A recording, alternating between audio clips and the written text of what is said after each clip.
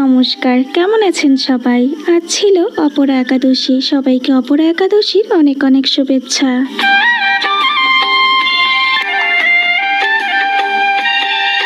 জ্যৈষ্ঠ মাসের কৃষ্ণপক্ষের একাদশী তিথিকে অপরা একাদশী নামে অভিহিত করা হয়। বৈষ্ণবদের জন্য এটি অত্যন্ত আনন্দ ও গুরুত্বপূর্ণ একটি দিন।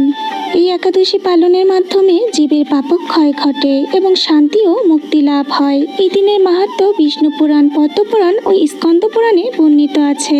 মনে করা হয় এই দিনে ভগবান বিষ্ণু বিশেষভাবে উপাসকদের প্রতি তার কৃপা বর্ষণ করেন।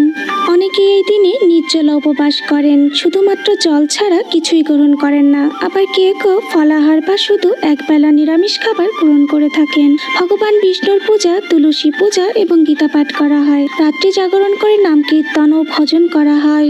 জ্যৈষ্ঠ মাসের এই অপরা একাদশী কেবল একটি উপবাস নয়, এটি আত্মশুদ্ধি, পাপক্ষয় এবং আত্মসংযমের একটি অনন্য উপলক্ষ।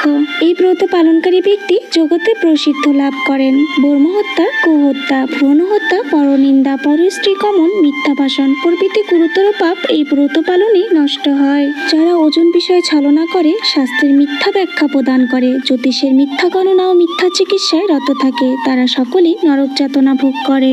এই সমস্ত ব্যক্তিরাও যদি এই ব্রত পালন করে তবে তারা সমস্ত পাপ থেকে মুক্ত হয়। ক্ষত্রিয় যদি স্বধর্ম ত্যাগ করে যুদ্ধক্ষেত্র থেকে পালিয়ে যায় তবে সে ঘোরতর নরকগামী হয়, কিন্তু সেও এই ব্রত পালনে মুক্ত হয়।